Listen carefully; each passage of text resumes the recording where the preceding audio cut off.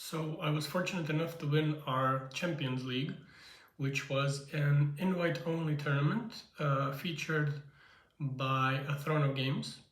So they hosted the event, and we had to qualify throughout the year with certain prerequisites, such as getting tops on regionals, etc., etc. So it was meant to be like a VIP tournament with a really high skill average with the players. So I was fortunate enough to win it, and I thought I could talk about the deck I played and the choices I made while playing it. So in testing, statistically, I knew Purrely was the deck with the best win rate on Dueling Book. However, the deck really struggles in live matches due to time constraints. So I knew I had to adapt slightly to it, because let's be real, if Joshua Schmidt can't play fast enough to just consistently win matches, I can't play much faster than that. That's a given. So I had to change my approach to deck building, where I couldn't change it in gameplay itself. So I'll begin. I'll just speed run through the engine real quick. There's the free Purrelys, the free Purrelys. I just upgraded one to ulti in my last video. There's the mandatory 10 quick play spells. There's not much to argue about it. This one is the best when you're breaking boards with a little Purrely, but you need every single one of them.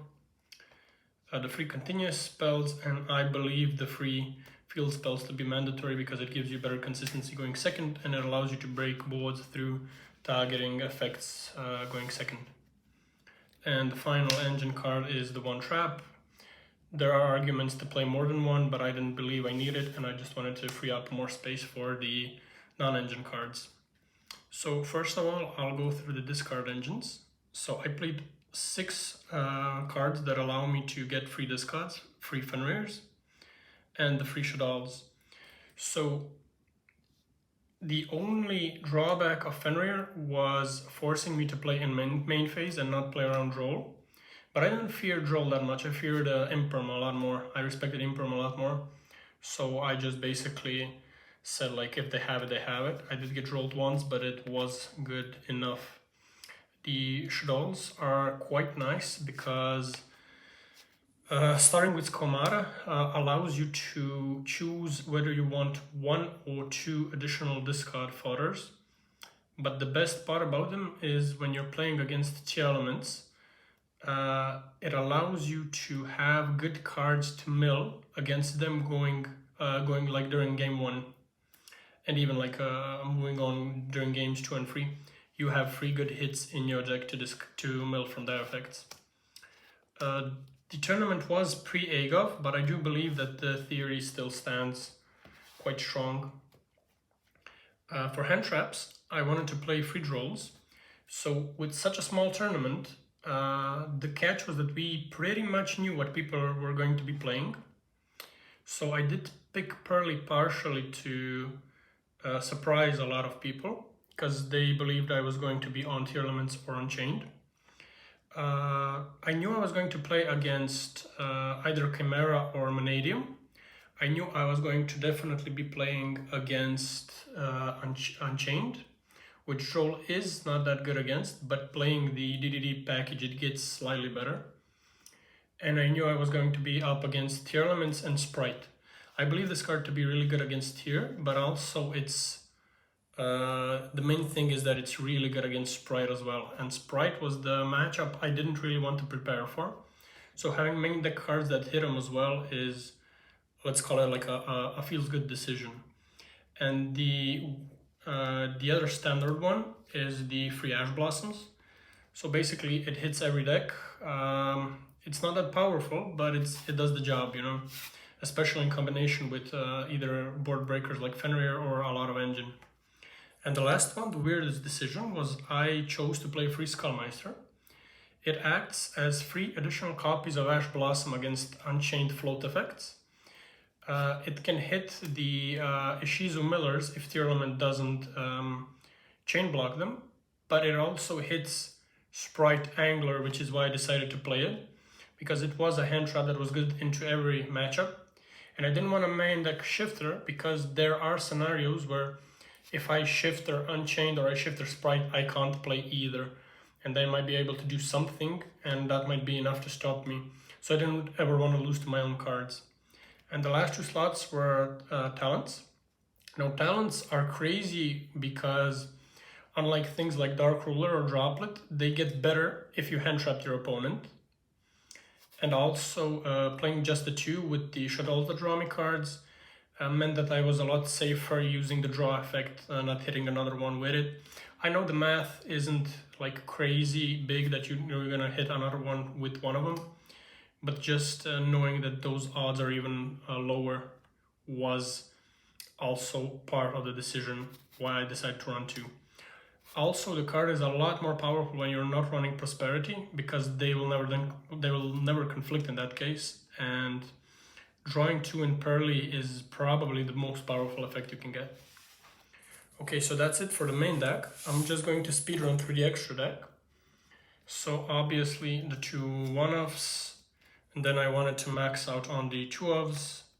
I didn't want to run out of any of them. I needed, maybe didn't need this one throughout the matches, but definitely needed the other ones.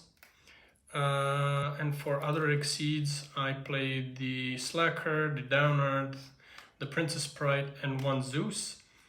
I actually needed a second Zeus one match. Like in the finals last game. It would be a much smoother sailing game if I did have a second Zeus, but it ended up just fine, so I guess I can't complain about that decision either. And then the links, I played these 2, which are basically mandatory to out, there can be only one. But the last one I chose to play was Linguribo. I knew I'm gonna be playing against Spright, but I didn't know the exact variant, so I wanted to have an out to Ibli. And having this actually like makes the Ibli a card that's a net positive for me, because then I can make Azalea really cheaply and just break through even more. He did not play Ibli at the end, so I guess that was a bad call by me, but I was glad I had the option. And for the side deck, so I played 3 pieces of back row removal against the Chimeras, and in case I run into Fluent Rees in the top cut. I played another power spell, which was Change of Heart. So basically, I needed an out to the DDD Wave Hiking Caesar, and this was an out that also allowed me to make the threat a free Zeus, so I opted to play it. And also the free Imperm, just so I could get more cards against Flu, but also because it was a beautiful clean out to the Wave Hiking Caesar, because opening Imperm means I can allow Unchained to play completely undisrupted, and when they pass turn to me, I just Imperm the Caesar without the risk of playing into their talents and thrusts. And then for the hate, for the Tearlament hate, which is the reason mostly why I won, the 2 Shufflers, again, good discards and also great mills that your opponent can mill off of their effects. The free Dimension Shifter, and then the free Dogwood.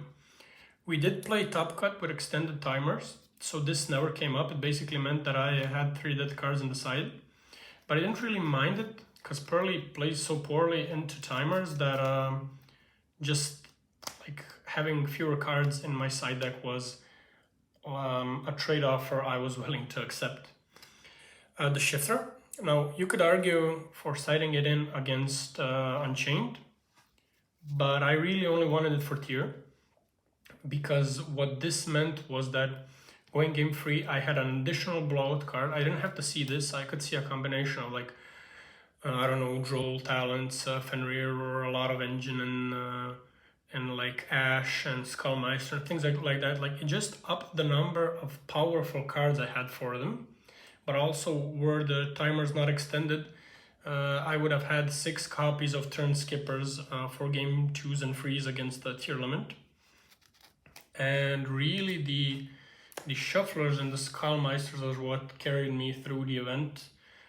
Basically, what I want to say is I play tested 97 online matches for this event, And going into it, I knew that if Tearlaments has a perfect hand and I have a perfect hand, I'm not winning that game. Like, it's not happening. But Tearlaments plays fewer good cards to draw than I play. Meaning that on average, I'm going to see more high quality hands throughout the tournament than a Tearlaments player should see. And with so many ways to combat their grave effects and so many ways to generate advantage through weaker board states they can accomplish, it meant that my good hands would win against their like standard good hands almost 100% of the time. And really, it did feel like I was playing the best deck in the room. Now, of course, as metas shift, so should deck building. But I just wanted to point out that a deck like Purrely is at its strongest when you can adapt it to the meta instead of the meta adapting to you with cards like D-Barrier and Anti-Spell and the like. So that would be it for the deck profile. I just want to give quick shout outs to Christina for playtesting with me. I want to give a shout out to Renato for playtesting with me, and a shout out to Philip for helping me with a lot of the tech choices and even just considering Purrely as an option. Also, thank you for Throne of Games for hosting the amazing event with incredible pricing, and thank you to every opponent I faced in the tournament for allowing me such like unforgettable matches. Like, there were so many intense back and forward games, and thank you all for being a part of that.